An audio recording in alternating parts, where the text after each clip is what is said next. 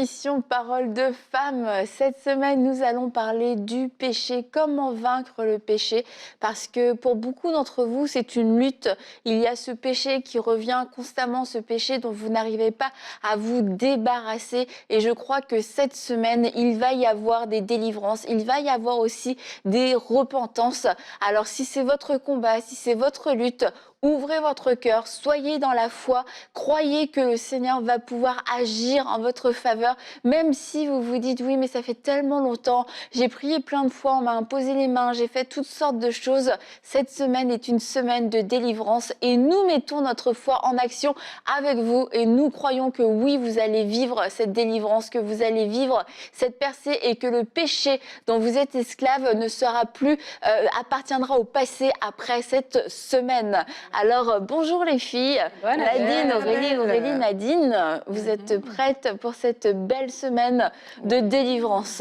Yes. Parce que nous avons été rachetés du péché et moi j'ai toujours trouvé ça terrible de me dire bah mince on a été rachetés du péché, on a vécu cette expérience et puis de continuer à vivre avec et c'est important en fait cette semaine de se dire ce n'est pas normal et quelquefois une des choses c'est qu'on peut s'habituer à vivre avec un péché parce qu'on ne sait pas comment on peut être délivré ou on a renoncé, on est découragé, on se dit bon il vaut mieux que j'arrive à le gérer, à le canaliser, etc. Mais nous avons été rachetés du péché. Le péché n'a plus de place dans notre vie. Le péché a perdu son pouvoir, a perdu son emprise. Et pour commencer cette semaine, on va voir qu'est-ce qui peut faire déjà qu'on ait une lutte avec un péché récurrent. Et bien souvent, c'est parce que il y a des faiblesses. On peut avoir des faiblesses, certaines convoitises aussi dans nos cœurs qui font qu'on peut ouvrir certaines portes ou alors avoir une certaine disposition. Effectivement, Annabelle. Et comme tu as dit, on a été racheté du péché. Et la Bible dit que autrefois, en fait, quand on était encore dans le monde, mais on était modélé sans le savoir, on suivait les pensées de notre chair qui elles-mêmes sont sous l'influence en fait de Satan. Et on suivait ces pensées, ça semblait normal et naturel. Mais alors qu'on a donné notre vie à Jésus-Christ, mais il y a vraiment, le Seigneur Jésus est venu habiter en nous et nous a libérés en fait du péché. Maintenant, il y a des personnes qui vivent et qui se disent, mais oui, moi j'ai donné ma vie à Jésus-Christ, mais il y a quand même cette chose, ce péché qui revient de temps en temps dans ma vie et tout, que je suis peut-être en train de lutter contre ça et je n'arrive pas. Et aussi des personnes qui ne luttent même pas forcément, qui se sont habitués en fait à vivre avec le péché. Et vraiment, le but ici, c'est de montrer que Jésus a vraiment déjà brisé ce lien-là en fait qui toujours nous poussait au péché. Et par rapport à ce que tu partageais par rapport aux faiblesses, c'est chacun de nous, en fait, il faut pouvoir s'arrêter pour dire déjà qu'est-ce qui mine ma vie à moi, qu'est-ce qui me dérange moi. Et vous allez voir que pour chacun, c'est différent, en fait. Il y a des personnes où peut-être c'est la colère chez eux, c'est quelque chose de très difficile. Et il y a des personnes que c'est peut-être dans leur tête qu'il y a des choses vraiment difficiles, c'est toujours des mauvaises pensées qui reviennent tout le temps. Et il y a d'autres personnes que peut-être eux, c'est la fornication qui les dérange. En fait, l'idée, c'est d'abord de s'arrêter et de dire, mais dans ma vie, quels sont les péchés que je transporte encore? Je sais que Jésus-Christ a payé le prix pour moi, mais je constate quand même qu'il y a des actes charnels à l'intérieur de moi. Et quels sont ces actes dont la première étape, c'est de s'arrêter et de mettre le doigt dessus. Et j'encourage aussi les personnes qui nous écoutent, vous êtes là aujourd'hui, à ne pas chercher à se voiler ou à ne pas chercher à faire semblant. Chacun est certainement concerné par quelque chose. Et avec Dieu, on a appelé d'aller de gloire en gloire. On a appelé à grandir. Donc, si c'est votre cas, vraiment, dites-vous juste, OK, aujourd'hui, je veux faire un état des lieux. Je ne veux pas me mentir à moi-même. Et même demander au Saint-Esprit de vous révéler les choses cachées. Parfois, on vit avec certaines choses, on ne sait pas forcément d'où elles viennent, mais elles sont là. Donc, identifiez ces choses-là et vraiment mettez ça à terre, quoi. Écrivez-le si vous voulez, mais il faut que ce soit identifié parce que cette semaine, on va s'attaquer à ces choses-là et on croit vraiment que l'Esprit de Dieu va agir pour les renverser dans la vie des uns et des autres. Je crois que une des plus grandes révélations qu'on peut avoir dans notre vie chrétienne, c'est justement cette révélation que le péché, en fait, il a été triomphé à la croix. Je crois qu'il y a beaucoup d'enfants de Dieu qui des fois vont connaître de façon intellectuelle, voici ce que Dieu n'aime pas et tout ça. Et ils savent que Dieu est saint et ils savent qu'eux aussi doivent marcher dans la sanctification. Mais dans le pratique, dans la vie de tous les jours, dans le quotidien, il y a comme un décalage parce que, voilà, il y a des situations, il y a des choses comme ça, il y a des pièces de notre maison, entre guillemets, qui n'arrivent pas encore à être pleinement à Dieu. Et donc, ce que ça va produire, en fait, ça va produire de la culpabilité. Ça va produire qu'on va cacher des choses, qu'on va se dire, ou bien on va se dire tout simplement qu'on ne va jamais triompher de ces choses-là. Mais c'est important de comprendre la position dans laquelle on est. Donc, lorsqu'on comprend qu'on est à partir d'une position de victoire, je crois que c'est à partir de là qu'on pourra faire un exercice qui est beaucoup plus profond, en fait, d'identifier nos faiblesses. Aurélie a parlé de s'asseoir et de prendre le temps de regarder parce que tout le monde a des faiblesses. Pour certains, comme elle en a nommé certaines, d'autres, peut-être, ça va être la médisance. Ça va être une sœur qui est très bien, dans sa maison, est bien rangée, elle prend soin de ses enfants, elle est bien gentille, mais c'est quelqu'un que tu sais que tu n'arrives pas à garder une information pour toi-même. Tu n'arrives pas à ne pas rajouter ton petit sel, ton petit poivre dans une histoire. Tu es scénariste. Mon petit poivre. Tu es scénariste de la vie de tout le monde, comme ça. Tu rajoutes des personnages, tu rajoutes des conclusions. Et tu te dis, ben, c'est ça. C'est comme si à un moment donné, ça fait partie de ta personnalité, entre guillemets. Mais vraiment, nous sommes appelés à ressembler à Christ, à être des imitateurs de Christ, à ressembler à toute cette plénitude de la vie de Dieu, elle est disponible pour nous. Et identifier nos faiblesses, mais c'est de le faire avec Dieu. Lorsque je sais justement que je suis dans une position de victoire, ce n'est pas des faiblesses, comme Aurélie a dit, soyons transparents. Donc, ce n'est pas des faiblesses pour que je sois passé au banc des accusés, mais au contraire, c'est des faiblesses que je vais pouvoir voir pour les mettre dehors, parce que ce sont ces faiblesses-là qui sont au banc des accusés. Et on voit dans Genèse, lorsque Caïn va commettre le péché, va tuer son frère, Dieu va lui dire, ben, le péché couche à ta porte, mais c'est toi qui domines sur lui. Ce n'est pas la faute qu'Abel avait fait une meilleure offrande. C'est que Caïn, en lui-même, il avait cette envie, cette pensée d'écraser les autres, de ne pas se remettre en question en disant, ben, peut-être que j'aurais dû faire une meilleure offrande, tout simplement. S'il n'avait pas ça en lui, ben, il aurait vu qu'Abel a fait une bonne offrande. OK, qu'est-ce qui n'a pas marché dans mon offrande, tout simplement? Mais parce qu'il y avait ça en lui, ben, la réaction a été une réaction de péché. Et donc, des fois, on peut se dire c'est la faute des autres. Si j'ai éclaté en colère, c'est parce qu'elle m'a dérangé. Si j'ai trop parlé, ben c'est parce que voilà, il parlait, donc j'ai participé à la conversation.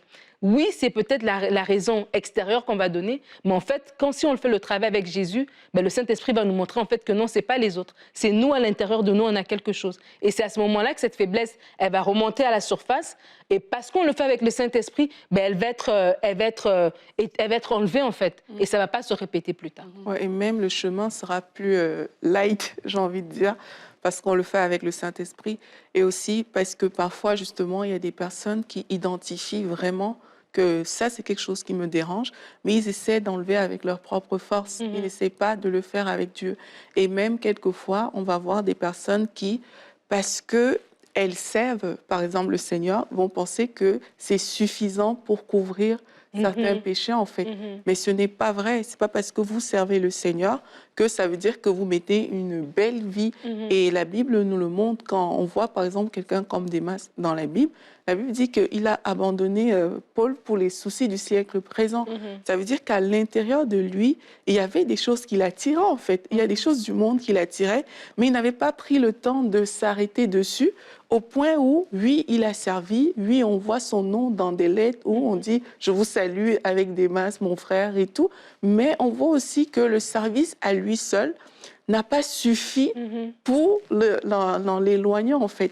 Pourquoi? Parce qu'il faut s'arrêter sur certaines choses. Ce n'est pas parce que vous servez dans votre église locale, ce n'est pas parce que vous êtes actif pour les choses du Seigneur que ça veut dire que, oui, tout est OK, tout est parfait. Il faut savoir prendre le temps de dire, OK, voici un état des lieux. C'est aussi simple que ça.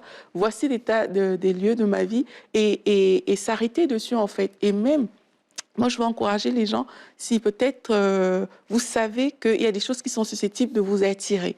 Déjà, quand vous étiez dans le monde, peut-être qu'il y a des choses qui vous attiraient.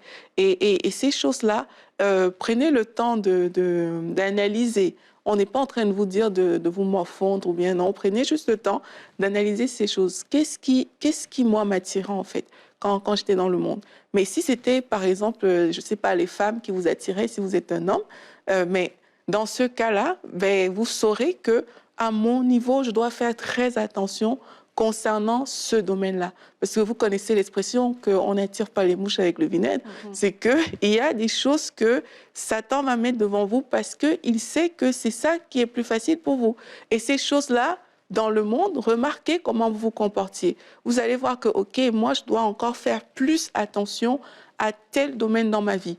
Le même défi, si Nadine et moi, on n'a pas les mêmes défis dans la vie, donc pour me tenter, on ne va pas utiliser quelque chose qui concerne Nadine, on va utiliser quelque chose qui me concerne moi. Donc ne généralisons pas les choses, regardons à nous et tu vas te dire, OK, ça, c'était un vrai défi dans ma vie. Et parce que c'était un défi dans ma vie, je pose mon attention sur ça. Et c'est important de les identifier parce que c'est ça qui va permettre après de briser tous les liens relatifs à ces choses et même de poser aussi des actions concrètes pour ne pas se retrouver dans certaines situations parce que c'est ça qui est susceptible de vous tenter vous. Donc, identifiez ces choses quand vous étiez dans le monde. Voyez, aujourd'hui, vous êtes peut-être à crise, mais peut-être quand tu regardes la télé, tu vois les gens peut-être riches et puis ton cœur bat comme il y a une envie, une convoitise comme ça qui monte dans ton cœur. Mets ces choses aussi sur la table parce que c'est des choses que le Seigneur veut traiter en fait. Le Seigneur veut nous libérer de tout ce qui nous retient encore captifs. Le Seigneur veut nous libérer de toutes ces choses qui sont susceptibles de nous tenter, mais ne nous pensons pas arriver. Et même si c'est dans ta tête, même si tu te dis, ah oui, mais moi, je sais pas, j'ai pas touché, mais dans ta tête quand même, tu sens que tu as cette envie parfois qui vient comme ça vers toi, même si ça reste encore au niveau de ta tête. On connaît ce passage biblique où Dieu a dit que quand tu regardes juste une femme pour la convoiter, en fait, tu as déjà commis le péché. Donc, même si ça reste à l'intérieur, mais c'est bien de dire, OK, Seigneur, ça, je mets sur la table aujourd'hui. Je mets sur la table aujourd'hui et je crois aujourd'hui que ce sera renversé. Et demain, on va voir comment résister aux tentations de façon peut-être plus pratique. Mais une des premières choses à faire, c'est de pouvoir comprendre, comme Nadine l'a dit, que le péché est tapis, que ça arrive. Il y a des moments où le péché est à notre porte. Le péché est là, on peut le sentir quasiment. Il a une odeur et c'est là où ça devient une tentation. Et c'est pour ça qu'aujourd'hui, on veut vous encourager à discerner en fait que oui, on a été délivré du péché, mais le péché existe encore, le péché est encore actif dans ce monde et c'est ça entre guillemets le problème, mais c'est pour ça qu'on doit apprendre, notre position a changé vis-à-vis du péché, mais on doit apprendre maintenant comment est-ce que je fais quand je vois le péché, quand je sens le péché, quand le péché me parle, quand le péché m'attire, quand le péché essaye de me ramener à lui, qu'est-ce que je dois faire? Et comme, je ne sais pas si tu l'as dit Aurélie dans Jacques, que chacun est attiré et amorcé par sa propre convoitise. Et comme tu disais, bah oui, selon nos faiblesses, selon les choses qui ont été ou qui sont des défis aujourd'hui, bah c'est là où forcément où le diable va venir attaquer. Et c'est pour ça que c'est important qu'on puisse être alerte, plein de discernement. Tu disais tout à l'heure, Nadine, la dame qui met du poivre et du sel. Mais non, mais tu sais, c'est de se dire que ça parle à quelqu'un, parce que ça parle à quelqu'un. Je suis sûre qu'une femme est concernée ici. Mais si votre faiblesse à vous, c'est la médisance, c'est les ragots, c'est tout ce qui est blablabla, potin, etc., bah, qu'est-ce qu'on va faire? Le péché est tapis à ma porte, les ragots sont à ma porte, la médisance est à ma porte. Bah, je vais faire en sorte de créer un environnement où je ne peux pas me laisser aller. Donc, il y a peut-être des moments favorables, le café avec certaines personnes, etc. On peut, là, se laisser aller. Bah, on va créer d'autres interactions. Et c'est de faire le point avec le Saint-Esprit. Quelle est ma faiblesse? Quelle est ma convoitise? Quelle est cette chose dans mon cœur qui est encore vivant? Et il y a peut-être encore une racine qui est là et qui a besoin d'être arrachée. Que ce soit des pensées d'adultère, des pensées de vol, des pensées de violence, des pensées de médisance, etc., d'alcool et tout ça, de consommation de drogue, de sexualité, de débauche. Quelles sont ces choses?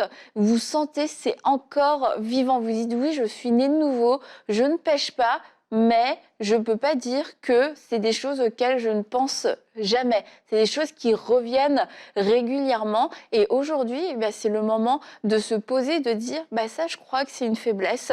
Et cette semaine, je vais attaquer cette faiblesse, je vais l'éradiquer et je vais faire en sorte aussi de fermer les portes. Mhm. Et aussi, je crois que c'est important que les personnes aussi puissent comprendre que des fois, quand on parle de faiblesse, on peut aussi minimiser la chose.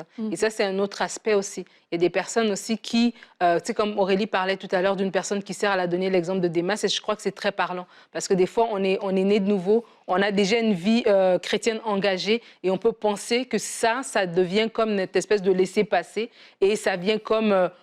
temporiser un petit peu les choses autour. Et puis, nos petits péchés à gauche, à droite, c'est des petits trucs de rien du tout. Mais vraiment, aussi, on parlait de la position en Christ, d'avoir aussi le regard de Dieu. Et vraiment, si on a identifié des faiblesses, mais on voit que c'est des faiblesses que ça fait 10 ans de vie chrétienne, ça fait 10 ans de faiblesse, mais c'est aussi, Seigneur, donne-moi ton regard par rapport à certaines choses que je tolère, que j'accepte, parce que je tombe dedans de temps en temps. Mettons, je suis médisante, mais c'est juste quand sœur Intel vient chez moi, mais elle vient juste une fois ou 3 mois, tu vois, on se dit, écoute, c'est juste de temps en temps, c'est pas la fin du monde. Et dans la vie chrétienne, il y a beaucoup de chrétiens de longue date qui ont cette pensée de hiérarchiser le péché, de se dire que le péché de médisance, c'est pas si pire par rapport au péché d'adultère ou de vol ou de péché mignon. Voilà, exactement. Mais tu vois, cette pensée-là, c'est une pensée qui va non seulement nous garder dans le péché, mais aussi, on ne va pas aller plus loin. Et le diable, il ne te prend jamais juste le bout du doigt et puis c'est bon, je suis d'accord. Si tu l'as laissé ça,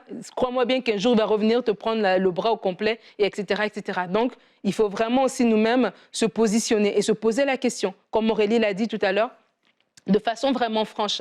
Est-ce que moi-même tolère ce péché-là? Est-ce que moi-même je tolère mes faiblesses parce que c'est agréable? Parce que voilà, j'étais dans le monde, je faisais X, Y. Depuis que je suis à Jésus, oui, j'ai beaucoup changé, mais j'ai gardé un petit 10%, c'est pas si pire. Si nous-mêmes, on a ce raisonnement, il faut aussi être honnête avec nous-mêmes et de dire, Seigneur, j'ai pas vraiment le dégoût du péché. Et Dieu peut nous le mettre, en fait, vraiment le dégoût. Que les choses que tu faisais avant, ça te dit plus rien. Avant, tu pouvais faire 1 heure au téléphone de parler d'un tel, puis là, c'est comme, tu n'as même pas l'idée, en fait, la conversation, elle vient même pas parce que c'est parti. Mais Dieu le fait. Et c'est ça qu'on parle de, c'est pas par nos propres forces, c'est le travail du Saint-Esprit en nous, mais le Saint-Esprit va le faire aussi dans la mesure dans laquelle on lui permet, on lui donne l'accès pour le faire. Oui, et même par rapport à ce que tu dis, Nadine, si vraiment on se positionne devant Dieu du style « Seigneur, montre-moi », il y a des choses qui vont nous étonner. Hein. Il y a des choses que vraiment le Seigneur va te montrer et puis tu vas te dire « Waouh ». Et ça, c'est tellement important. Et ça peut être des choses simples. Pour certaines personnes, tu vas te placer devant le Saint-Esprit, mais c'est peut-être la télévision que Dieu va toucher dans ta vie parce que ça, c'est quelque chose qui empêche à ta vie chrétienne de grandir, qui empêche ta foi de se multiplier. Et quand je parle comme ça, j'aimerais vraiment la définition du péché, en tout cas telle que moi on me l'a enseigné, c'est que le péché signifie manquer le but. Et quand j'avais réalisé ça, au tout début de ma vie chrétienne, je me disais, waouh, moi je pensais que le péché c'est juste mentir, voler et tout. Mais là on me disait, ça signifie manquer le but. Et je me disais, mais ça veut dire que si Dieu me demande de faire quelque chose que je ne fais pas, je pêche. Et moi, en fait, c'est comme si mes yeux s'ouvraient sur le fait que, tu peux faire quelque chose de bien, mais si Dieu ne t'a pas demandé de le faire, entre guillemets, quelque chose qui a l'air de n'avoir aucune incidence, mais si c'est quelque chose que Dieu ne veut pas pour toi, mais là, tu es en train de pécher quelque part. Et là, en tout cas, moi, au début, je me rappelle, ça m'avait beaucoup secoué, cette définition du péché dans ma vie chrétienne. Et il y a des choses comme ça que pour quelqu'un d'autre, ça peut passer. Pour toi, peut-être, oui, regarder, je ne sais pas, les séries TV, ça va peut-être passer chez toi. Mais pour une autre personne, ça, il va falloir que tu enlèves. C'est pour ça qu'on ne peut pas se comparer, en fait, à quelqu'un, parce que toi, ce que ça crée à l'intérieur de toi, ce n'est pas le même schéma que ça crée dans la vie de l'autre personne. Et c'est pour ça qu'il faut se placer devant l'Esprit de Dieu pour dire « Saint-Esprit, montre-moi ». Peut-être qu'il va te dire, tu vois, la façon dont tu parles à telle personne qui travaille chez toi, là, c'est ça que je veux que tu enlèves. Et ça, avec ce travail-là, va devenir ton travail à toi. C'est ça maintenant sur lequel, c'est sur cette chose que tu vas travailler pour laisser le Saint-Esprit agir. Maintenant, il faut aussi qu'on puisse identifier comment est-ce qu'on est, en fait. Qu'est-ce qui nous pousse parfois à faire certaines choses. Je pense que ça aussi, c'est important de pouvoir se dire, mais en fait, chaque fois que je me retrouve dans cette position, peut-être tu commences à regarder un film, mais après, c'est 2, 3, 4, 5, 6. Donc, il faut aussi parfois se dire, en fait, j'ai peut-être commencé une conversation saine avec cette personne, mais après, la porte a été grande ouverte. Mais c'est aussi de se dire, OK, mais à tel moment dans ma conversation avec toi, je ne vais pas faire plus de 10 minutes au téléphone avec toi, parce que c'est souvent qu'on reste plus longtemps qu'on voit que ça dévie. Et ça, c'est aussi important de le faire et de mettre le doigt dessus. Et je ne sais pas, on peut peut-être prier pour que le Seigneur puisse révéler aux gens déjà les choses qui peut-être sont dans votre vie comme ça et qui vous challengent en termes de péché, des choses que peut-être vous n'arrivez pas à voir tout simplement, que le Seigneur puisse ouvrir vos yeux pour que vous puissiez identifier ces choses. Et si vous les connaissez déjà, que le Seigneur aussi vous donne vraiment la force de le voir vraiment comme un péché. Moi, je sais que quand Dieu il montre, mais vraiment, c'est différent en fait, quand c'est Dieu qui va vous montrer quelque chose. Si Dieu met la main dessus et que vous réalisez vraiment que cette affaire-ci, c'est des démons, ça vient vraiment de Satan, ça va vous inspirer du dégoût ou vraiment des choses, vous n'allez plus vouloir faire certaines choses. Et vraiment, on va prier que le Seigneur puisse ouvrir vos yeux dans ce sens pour qu'on puisse attaquer ces choses dans nos vies. Seigneur Jésus, nous te disons merci pour ta grâce. Merci Seigneur Jésus parce que à la croix, Seigneur, tu as pris notre péché. Tu as apporté ces péchés pour nous, Seigneur, et tu nous as donné la liberté des enfants de Dieu. Tu nous as purifiés, Seigneur, par ton sang. Et aujourd'hui, Seigneur, nous venons nous consacrer à toi. Nous venons nous présenter devant toi. Nous te présentons nos frères et nos sœurs qui suivent cette émission. Et Seigneur, nous prions qu'aujourd'hui, alors que les cœurs se sont ouverts pour s'attaquer, Seigneur, au péché, pour s'attaquer à ces différentes choses, Seigneur. Nous prions afin que par ta grâce, par la puissance du Saint-Esprit, tu puisses mettre le doigt, Seigneur, sur les choses qui ne fonctionnent pas. Je prie afin que tu ouvres les yeux de cette femme, afin qu'elle puisse voir, Père éternel, les choses qu'elle affectionne, mais qui ne sont pas dans ton plan pour elle, qui ne font pas partie de ta volonté pour sa vie. Je prie aussi afin que tu ouvres les yeux de cet homme qui nous écoute, Seigneur, afin qu'il puisse voir ces choses au nom de Jésus-Christ. Seigneur, je prie afin que tu viennes mettre le doigt sur ces choses, Seigneur, dans nos vies qui ne glorifient pas ton nom. Et Père, là où ces choses ont été identifiées par plusieurs personnes, là où elles sont évidentes, Seigneur, nous voulons t'amener ces choses cette semaine, afin que, Père éternel, les racines de ces choses puissent être arrachées du dedans de nous au nom de Jésus-Christ. Seigneur Jésus, je prie afin que, alors que cette identification est faite, aujourd'hui même, Seigneur, les yeux puissent s'ouvrir, Père éternel, pour voir que ça, c'est quelque chose de dégoûtant. Ça, c'est quelque chose qui ne doit pas figurer dans ma vie. Ça ne doit plus figurer dans mon histoire. Seigneur, je prie afin que tu ouvres des yeux aujourd'hui.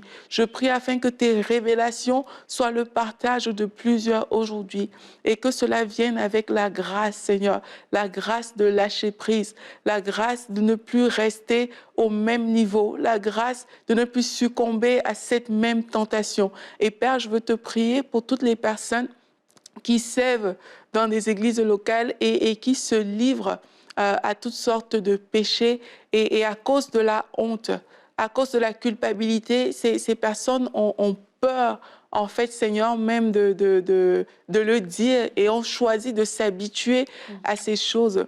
Seigneur, au nom de Jésus-Christ, nous te présentons ces personnes. Et je prie, Seigneur Jésus, afin que par ta grâce, ces choses puissent être mises à la lumière, Seigneur. Qu'elles puissent être mises à la lumière et qu'elles puissent être déracinées dans la vie de ces personnes. Je prie afin que cette semaine soit une semaine de délivrance pour toutes les personnes qui luttent avec le péché, pour toutes les personnes, Père éternel, même qui se croyaient debout, mais qui sont vraiment ancrées dans les choses maléfiques. Seigneur, que cette semaine soit une semaine de délivrance, que le péché soit exposé à ta lumière et que cette lumière brille, Seigneur, et vienne éradiquer les ténèbres au nom de Jésus-Christ. Amen. Amen. Amen. Et je crois que, comme Aurélie l'a prié, il y a des choses qui vont d'un seul coup vous dégoûter. C'est comme j'aimais et je me rendais pas compte que c'était pas forcément la meilleure chose pour moi. Et ça veut dire que le Saint-Esprit est en train de vous parler. Alors ne soyez pas rebelle à ce qu'il va faire, ne soyez pas en combat avec lui. Dites-vous, bah, c'est le résultat de cette prière, de ce moment que j'ai eu aujourd'hui. Et le Saint-Esprit va vous diriger dans la vérité. Et n'essayez pas de raisonner. Oui, mais quand même, je trouve que ça c'est pas si grave que ça. Et puis faut pas non plus tomber dans les excès, faut pas être légaliste, faut pas être religieux. Si le Saint-Esprit vous parle, s'il y a quelque chose qui monte dans votre cœur et que vous êtes mal à l'aise avec, ça veut dire que cette chose n'a pas de place dans votre vie et que c'est le temps pour vous de pouvoir la délaisser. Nadine, tu voulais ajouter? Oui, je voulais juste lire rapidement Romains 8, et les 4 premiers versets dans la version Semeur. Tu parles du Saint-Esprit, je crois qu'aussi pour vous, c'est aussi un encouragement de vivre cette vie de l'Esprit et ce baptême du Saint-Esprit aussi. On pourrait même prier pour vous par rapport à ça, parce que ça va vraiment être le Saint-Esprit qui va tenir votre main dans cette marche libre du péché. La Bible dit dans la version Semeur, Romains 8, versets 1 à 4, « Maintenant donc, il n'y a plus de condamnation pour ceux qui sont unis à Jésus-Christ, car la loi de l'Esprit qui nous donne la vie avec l'union avec Jésus-Christ a libéré de la loi du péché et de la mort. Car ce n'est que la loi était incapable de faire, parce que l'état de l'homme la rendait impuissante, Dieu l'a fait. Il a envoyé son propre Fils avec une nature semblable à celle des hommes pécheurs pour régler le problème du péché. Il a exécuté sur cet homme la sanction qu'encourt le péché. Il a fait pour que la juste exigence de la loi soit pleinement satisfaite en nous qui vivons, non plus à la manière de l'homme livré à lui-même, mais dans la dépendance de l'Esprit. Alors, Père de gloire, nous te remercions que ce verset vienne comme une révélation dans le cœur de tes fils et de tes filles. Merci parce que maintenant, ils sont pleinement affranchis. Merci parce que maintenant, ils ont la révélation de ce qui a été fait à la croix. Et Saint-Esprit, je prie que tu puisses visiter les cœurs, que tu puisses transformer les mentalités, que tu puisses tenir par la main chacun de mes frères et de mes sœurs dans le Seigneur, afin qu'ils puissent marcher dans cette nouvelle liberté. Non plus sous la condamnation, mais vraiment dans une sanctification qui vient de toi, que toi seul peux donner. Pas selon leurs efforts à eux, mais par ta grâce et par ta toute-puissance. Amen. Amen. Et demain, comme je le disais tout à l'heure, nous allons voir comment résister aux tentations, comment résister au péché de façon plus pratique. Et comme on l'a dit aujourd'hui, ne tolérez plus le péché. Que vous puissiez avoir cette crainte de Dieu qui monte en vous et qui vous fasse réaliser que le péché n'est pas acceptable, que le péché n'est pas tolérable, même un petit peu. Le Seigneur a fait de grandes choses pour vous. Il en reste un petit peu. Vous vous dites, le gros a été fait. Non, Jésus a fait les choses entièrement. Il a tout accompli. Alors aujourd'hui, vous pouvez prendre cette décision de vivre dans la plénitude du Saint-Esprit. C'est dans cette plénitude, il y a une pleine délivrance et une pleine sainteté aussi. Et on va se retrouver demain pour une prochaine émission de Paroles de Femmes.